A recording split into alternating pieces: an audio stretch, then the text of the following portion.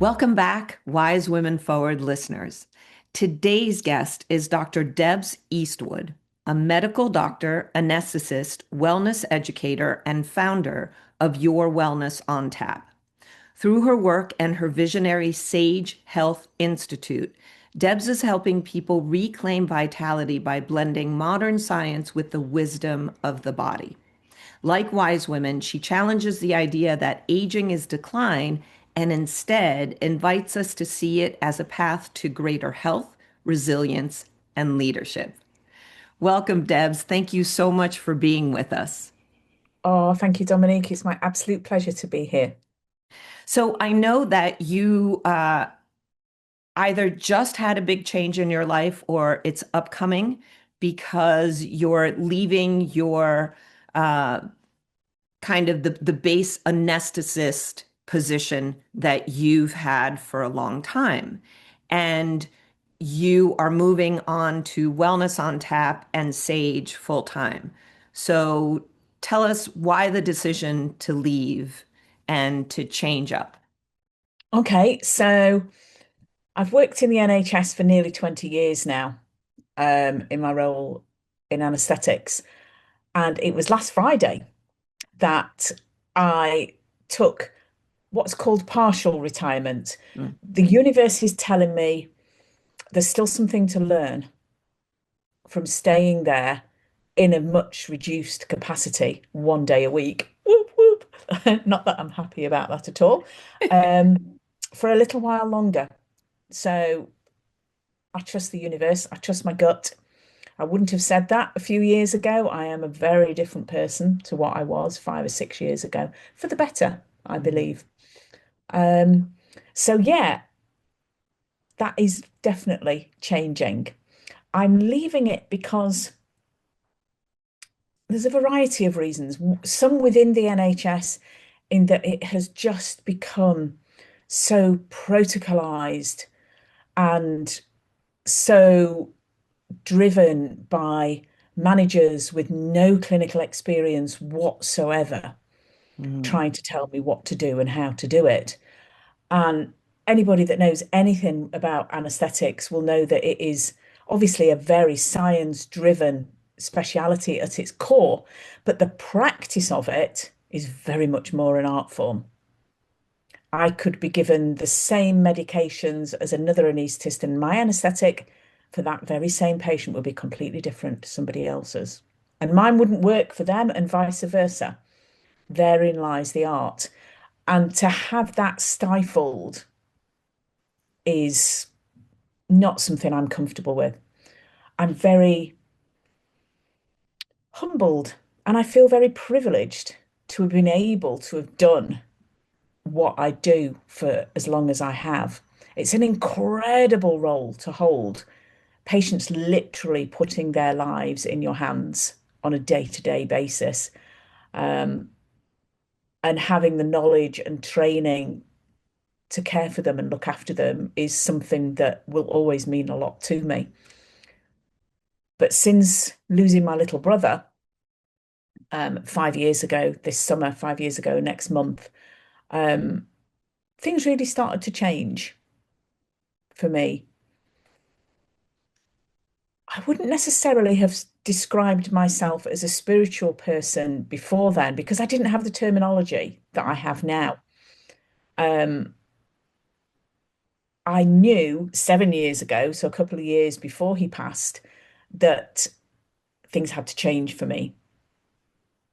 I had to get out of the rut I was in. And at that time, it was more to do with my personal life than my work life.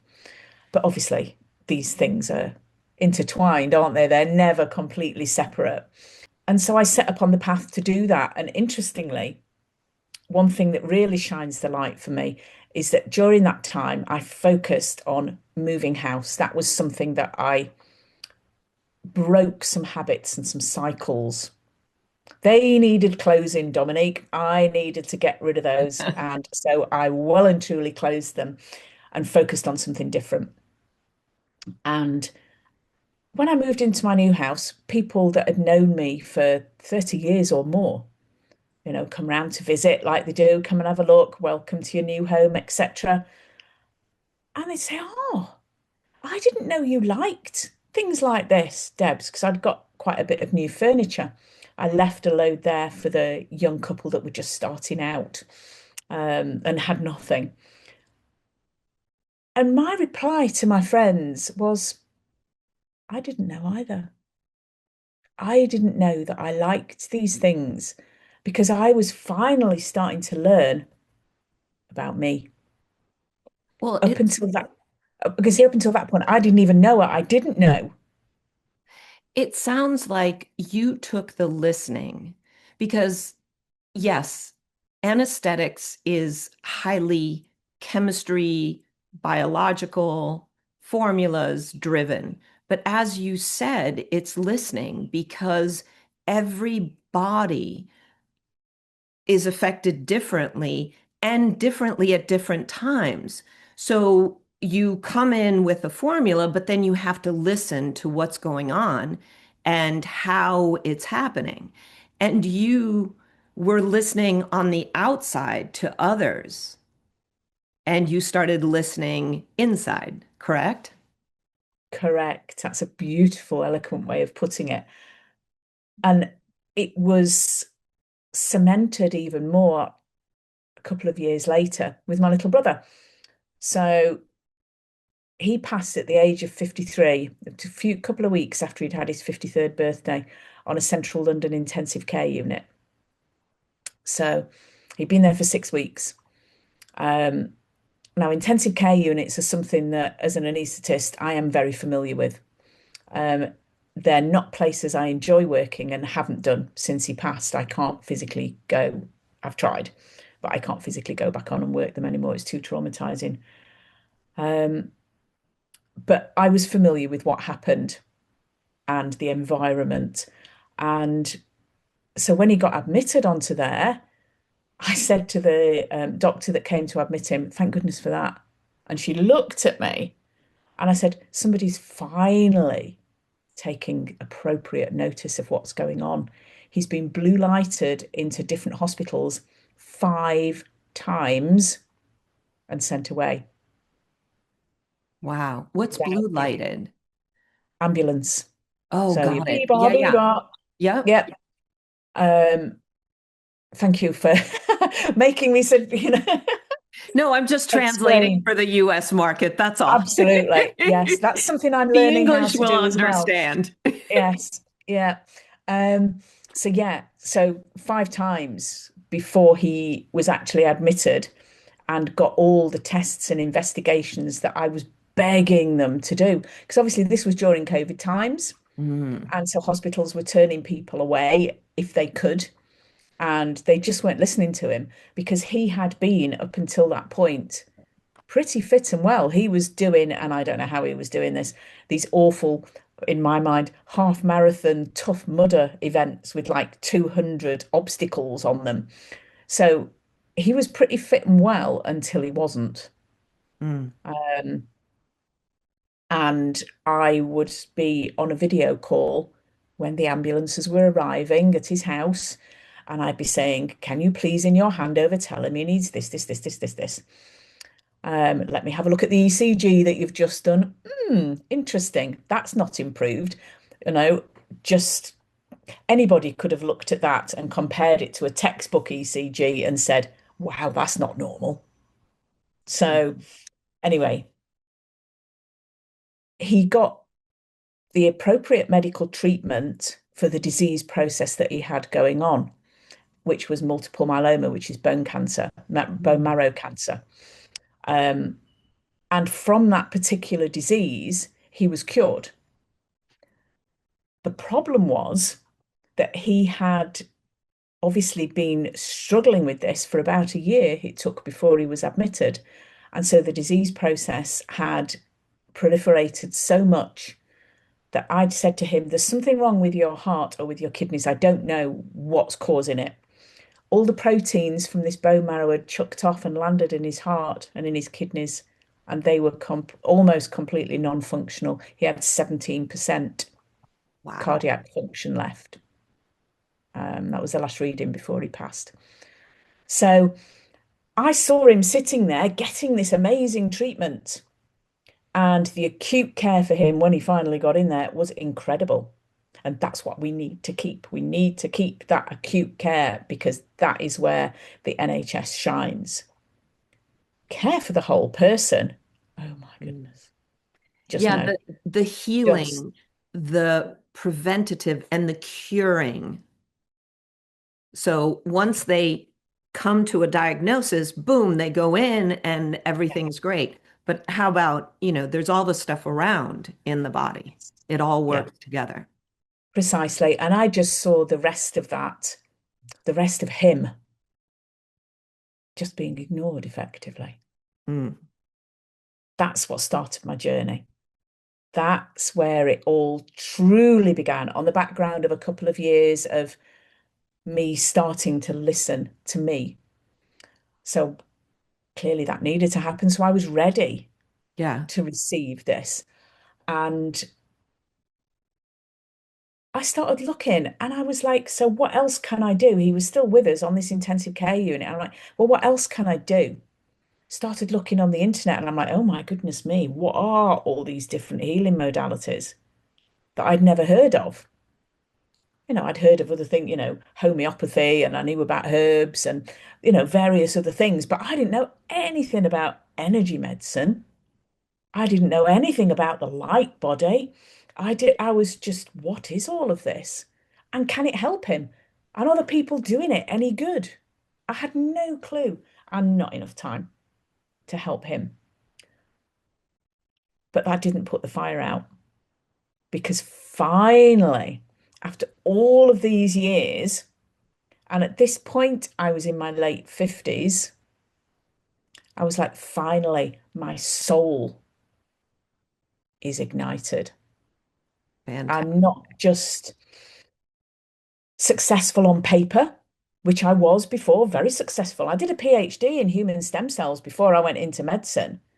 So on paper, I'm like super successful. In here, no, just no. And now I was like, yes, this is what I need to be doing. I need to give these holistic healers a voice. And at first, I thought I'll just create a database and I'll have conversations and I'll stop talking about them. That morphed into my podcast, Wellness on Tap. Thank you for mentioning that at the beginning. And there are 85 live episodes now there where primarily I'm talking to different holistic healers, giving them their voice. But that wasn't enough. That wasn't enough. I just had to keep doing more and more and more and more. And so I thought, well, how can I actually apply it in my role in anesthetics? Because I still wasn't thinking too much outside of that role yet. It was very early days. And so I got myself trained up in clinical hypnotherapy. Wow. NHS decided it wasn't relevant. No, because you don't get any anxious or phobic patients in hospitals, do you? Duh. Right. It's like, what? And the Royal College of Anaesthetists actually have clinical hypnosis audios to help patients on intensive care, but they still didn't say it had any value. So I thought, well, I don't care. I'm just going to pay for it and I'm going to do it myself and I'm going to do it anyway. So that's what I did. And I've had some incredible successes. Doesn't work with everybody, but the people it has worked with has been phenomenal. I've used it putting people to sleep. I've used it in the recovery room afterwards where people are struggling with pain. I've run clinical hypnosis sessions on retreats. Mm. And everybody in the NHS wants to work in my anaesthetic room because the atmosphere is so chilled and so calm. And often my patients in the NHS go to sleep laughing or with a smile on the face or talking about their very favourite place where they'd rather be. How is that not better? How is that not adding value? Exactly. I mean, there's a lot of people who have needle phobia, for Mm, instance, and that's one of the primary things that you have to use yeah, for your work. So right away, you walk into the room and they go, "Ooh." Exactly. And it starts like that. And if you can bring that down, my God, yes, they're going to have a much better. And I'm a big believer that the emotionality, even if a body is asleep, can affect the 100%. outcome, right? Yes. So, yeah. Yes. So if that person is going under the anesthetic and in their head, they are in their most favorite place with their favorite people, doing whatever they enjoy the most, and I future pace them by saying, unfortunately, I'm going to be calling your name soon and you're going to wake up from this vision, but you can enjoy this again anytime you want to. Mm, And you're going to be much more comfortable afterwards and you're going to recover well because you've got these good thoughts. I just love it. I just think it's amazing. that's awesome. So then you are taking it to the point of not just giving voice to different modalities.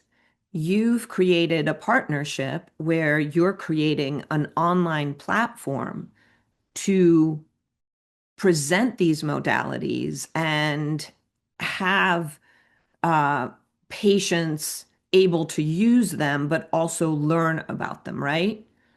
Absolutely. So, Yeah. Sage University, is that? Yes, it started out being called Sage University, but we wanted to target it at anybody. Mm.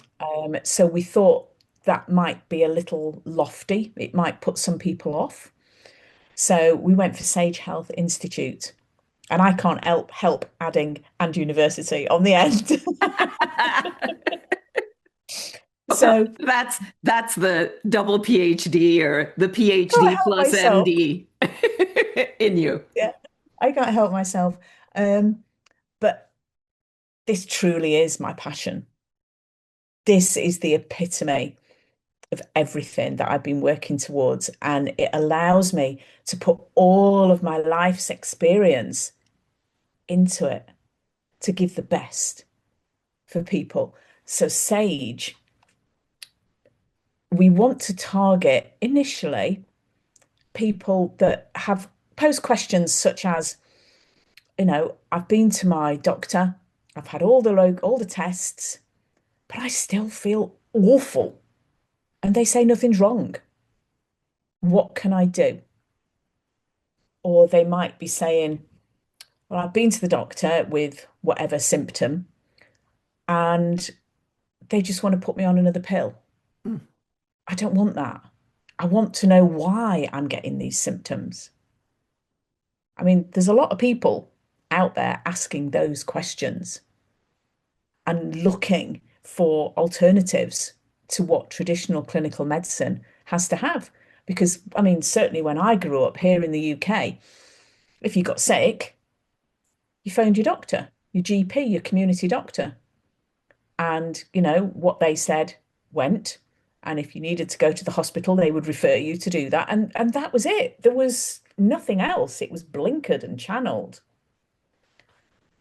And I'm not saying that that system is wrong. I'm just saying that they need to take the blinkers off and open their eyes and look to what was there before, which was this ancient wisdom that we have, these ancient healing techniques that have been around for centuries. And I mean, even today, if people are thinking, well, that was then, they didn't have the diseases that we do now. Don't get me started on that particular Yeah, rant. yeah. Um, but if you think about a lot of today's medications, what are they derived from? Even if they're synthetic, they're derived from plants. Yeah. Originally herbal medications. Yeah. Exactly. So why are we shunning it? My personal opinion, controversial though it may be, I'm very happy to stand here and shout about it, is money. Yeah. Yeah, because Because you can't make money. you can't patent a plant. Nature's already got that handled. Absolutely. Yeah. Yeah. Yeah, yeah. Yeah. So that's my belief. Yeah. And so here we are. our platform is all about wise women, which to me, I believe that's any age of woman has wisdom. But certainly when we go through the menopausal transition, it's a time when our body is rebalancing itself, our brain is rewiring itself to be the wisdom and leadership phase of our life.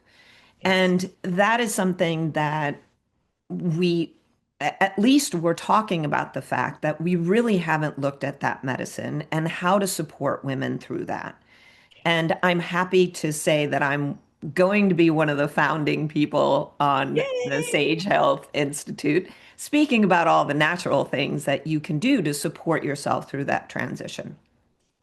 Now, you yourself are finding you're going into some of these alternative um, modalities. And one of the things that you do is you do intravenous herbs, right? I do. So this was a really exciting thing that started a couple of years ago. And because I thought, what is my skill set as an anaesthetist that I can transfer out? So it's fairly limited. You can't give people general anesthetics out there in the population. That wouldn't go down very well. Not Um, legally. no, exactly. Yes, yes. So I just thought, what can I do? And somebody just happened to mention that they'd seen it somewhere. And so I thought, oh, okay. So the scientist and the medic in me went looking for the very best possible suppliers of these products. And there's a company in the UK where you have to be a clinician, you have to do their training, you have to sit and pass their exam before they will allow you to purchase their products. And I just thought I like that level of exclusivity. And as a member of their group, if you like, if I said to them, oh, I want to come down and have a look in your labs to see how you make the products, I could do that. And so Fantastic. I like that open door. So I started doing that very tentatively, very nervously on a very small scale at first. But over the past 2 years, I have worked out of quite a few clinics just on a pop-up basis. I do not wish to set up anything permanent for me because I don't see that as being my role. Mm. It's just another way of exchanging my time for money, and that's not my goal. But at the moment, it is serving the purpose of getting me out of the NHS so I can carry on helping people in a different way, filling my soul and giving people the clinical advice that I have where appropriate, whilst treating them more at a root cause level, which to me is just the most exciting thing. So this company provides many different types of vitamins.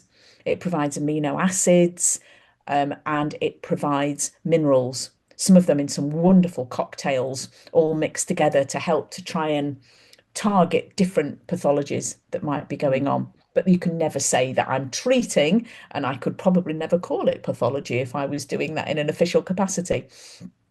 But you know what I'm trying to get at. Yeah. You're And through supporting the work, system in different ways to exactly. help it heal itself of different imbalances, right? Because if we take the word disease, it's dis-ease, lack of ease, right? And Mm, so it's an imbalance of some kind. yes, And if we yes, can try to balance before, we might not get to the critical point that needs the blue light. yes, yes, perfect. And that's precisely it. So, I mean, one of the ways I describe it to people that don't understand, even though you've clearly got quite a good handle on it, is, if, for instance, your body is deplete in something called glutathione, which is something our liver makes from a couple of precursors that hang around in our body. If we, and I do regularly give injections of glutathione, can you imagine your liver just going, oh, Yeah. haven't got to make that for a while now. Bliss. I can get on with doing A, B, and C instead. Now, we don't want to make the liver dependent on this source, this exogenous source. So it's not something you should do all the time, but give it a break from now again and let it get on with other things and just see how your health picks up. Yeah, because then it can detox more and clean the system out more. And as it's cleaning the system out more, what other organs are going to be working better, et cetera, et cetera. Yeah, Exactly. So that's the kind of more of a lay approach that allows me to explain to people. And I've now got clinics all over the country. I've just come back a couple of weeks ago from working on a retreat in Spain. How awful. fantastic. That's great. And I mean, I worked hard there because when I wasn't doing the IVs, I was doing some clinical hypnotherapy. And then the rest of the time, I was helping out in the kitchens with all the food prep. So, and I was really happy to chuck myself in there. But I've got UK clinics literally all over the country that I do pop-ups in. Um, Fantastic.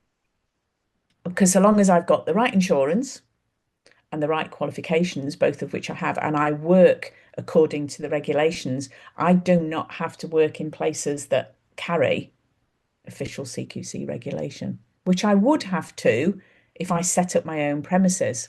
And Yeah. get this for stupidity. If I wasn't medically qualified, I wouldn't need CQC regulation. Yeah, this is why we need to bring medicine together with all the other modalities to have them speak, cooperate, and build something better so that we're looking at the body from all sides and all around. Yes, exactly. And the clinics that I've been working out of are run primarily by naturopaths, clinical nutritionists, other people that have got medical qualifications but have gone more into functional or lifestyle medicine or combinations of both. And I find that so enriching. And that was why for Sage, it's just so important to bring all of these people together, Yeah. put them all in one place so that the collective mind and the collective wisdom from all of these different modalities and specialities can be thrown into this most delicious melting pot. How are people not going to benefit from that? I can't see it. We're going to educate them so that, like you said, everybody is different, and at every point in time, we can be different. There will be free resources available there where people can go and watch a video, maximum of 10 minutes long. Say, for instance, it's on breath work because you're feeling really stressed out and you need to know some ways to calm down and calm your nervous system. You can watch this video. The person will introduce themselves so that you know that they're a qualified person giving this advice. And then they will give you a little tip of how you can use something right there, right now to help yourself. That just, oh, gives me goosebumps to Yeah. think that there's going to be a range of people from all different fields that are going to be having these little videos on our Sage Health Institute that anybody can access. And so both patients and healthcare practitioners can educate themselves in Yes, different modalities yes, and in the whole sphere. yes, because that's what I believe needs to happen. Yep. I think, you know, I don't know whether you want to use the word alternative, complementary, holistic practitioners. I use them fairly interchangeably. I know some people don't um, need to learn about what a medic would do under those circumstances so that everybody knows when best to mesh in. Yeah. And the alternative, obviously, is true. We want to educate, it'll be a goal from day one, but even more so as things progress, we want to educate more medics that are open-minded, such as me, people that maybe the blinkers are coming off, they're still holding on a little, and they just need some more education and input as to where. So I want there to be a raft of people like myself that have adopted these Yeah. other medication strategies to help people. And so that people, so medics can see a way forward and it just will become a tribe and a vision and a movement. And oh, Dominique, I just can't wait. I'm just so excited. Fantastic. Well, so this is definitely a forward-thinking idea. And Mm. since we call this podcast Wise Women Forward, I want to ask you, what does that make you think of? What do you envision with Wise Women Forward? I would love to see a lot more women stepping forward onto this platform. I mean, medicine isn't necessarily a male-dominated practice overall, but there are certain specialities within it that are still male-dominated, traditionally, historically, for no good reason, you know. And I would love to see women, especially from those specialities, because they do exist, coming forward and embracing the different way of working. That to me would be a huge triumph so that we get a population, a global population of people who feel empowered, who feel that they can choose the health for themselves and their families because they have a better representative group of people advising them. And it's not just the men in white coats, as the expression goes. That needs to go. That needs to just disappear. Yeah, I'm not saying, that men don't practice medicine well. A lot of them do. But I've met more women that practice medicine better. that's great. That is awesome. All right. Mm, Perfect answer. Love that. So let's envision that. mm. Wise women, medicine forward. Oh, Rocking. yes. Love it. Thank you. Thank you so much, Debs. And what I'd love to do, because we've had your partner, Carla, on the podcast as well, that once Sage is up, we'll bring the two of you and we'll do a podcast and talks more specifically about, you know, the first kind of uh Sage 1.0, I guess, Yeah, that's out there and where it's going. I Thank you would so love much that. for being with us. Oh, it's my pleasure. And can I just say, I adore your documentary. And I am so behind what you're doing as well. I think the synergy between what you're doing and what Carla and I are doing is phenomenal. And I just love the energy between us. So I'm super delighted to have been here today and to come back with Carla as well when things are moving. Thank you so much. Okay, listeners, I'm going to have links in the description to reach Dr. Debs Eastwood uh, in all the different things that she's doing. And then, of course, we're going to bring her and her partner back when Sage is up. And of course, you're going to have the link of the film that you can rent as well of our film, Wise Women. Thank you, Debs, and I'll see you again. Thank you, my darling.